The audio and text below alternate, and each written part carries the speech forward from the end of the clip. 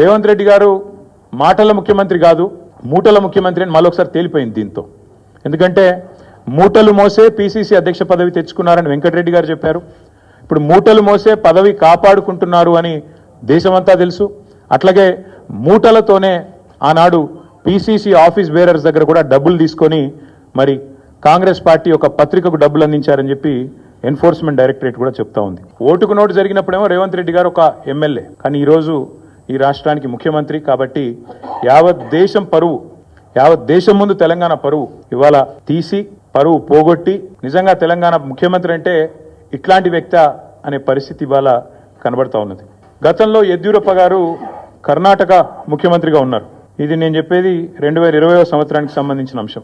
ఇది కాంగ్రెస్ పార్టీ యొక్క స్టేట్మెంట్. ఆ రోజు కాంగ్రెస్ పార్టీ ఆనాడు యడ్యూరప్ప గారు ముఖ్యమంత్రిగా కర్ణాటకలో ఉన్నప్పుడు మరి హౌసింగ్ స్కామ్లో ఈయన పాత్ర ఉంది అని వార్తలు వస్తే ఆ రోజు అక్కడి కాంగ్రెస్ నాయకులు చేసిన డిమాండ్ ఏంది అంటే మరి వెంటనే యడ్యూరప్ప గారు నిష్పక్షపాతంగా విచారణ జరగాలి అంటే రాజీనామా చేయాల్సిందే, ఇట్లాంటి వ్యక్తి ముఖ్యమంత్రిగా ఉంటే విచారణ ఎట్లా జరుగుతుంది అని చెప్పి ఆ రోజు అక్కడి కాంగ్రెస్ పార్టీ అధ్యక్షులు, ప్రదేశ్ కాంగ్రెస్ కమిటీ అధ్యక్షులు కర్ణాటకలో చేసిన డిమాండ్. చాలా వాళ్ళు చెప్పిన మాట.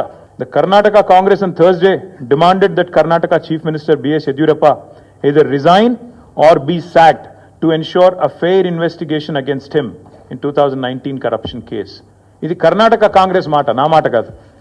ఒక విచారణ ఎదుర్కోవాల్సి వస్తే ముఖ్యమంత్రి గారు ఈదర్ ఈ షుడ్ రిజైన్ వాలంటరీలీ, స్వచ్ఛందంగా తప్పుకోవాలి, లేదా ఆయనను అర్జెంటుగా తొలగిస్తేనే నిష్పక్షపాతమైన ఎంక్వైరీ జరుగుతుంది అనే మాట వారు చెప్పిన మాట. ఇవాళ మేమంటుంది కూడా అదే. 4 కోట్ల ప్రజల ముందు ఇవాళ ఆ ప్రజలకు నాయకత్వం వహించే నాయకుడిగా అక్కడ కూర్చున్న వ్యక్తికి తప్పకుండా నిజాయితీ ఉంటే, నైతికత ఉంటే వెంటనే అయితే రేవంత్ రెడ్డి గారు స్వచ్ఛందంగా తప్పుకోవాలి, లేదా కాంగ్రెస్ పార్టీ పెద్దలు స్పందించి తప్పకుండా వెంటనే వారిని రాజీనామా చేయించి నిష్పక్షపాతంగా విచారణ జరగడానికి సహకరించాలని మేము కూడా డిమాండ్ చేస్తా ఉన్నాం. ఒక్క ఇటుక పేర్చకుండా, ఒక్క కొత్త ప్రాజెక్టు కట్టకుండా, ఒక్క సంక్షేమ పథకం అమలు చేయకుండా, ఒక్క గ్యారంటీ ఇచ్చిన ఒక్క గ్యారంటీ అమలు చేయకుండా తెలంగాణలో 1,80,000 కోట్ల అప్పు, ఆ డబ్బులు ఎక్కడ పోతున్నాయో ఇప్పుడన్నా మరి తెలంగాణ ప్రజలకు అర్థమవుతుందని నేను అనుకుంటా ఉన్నా.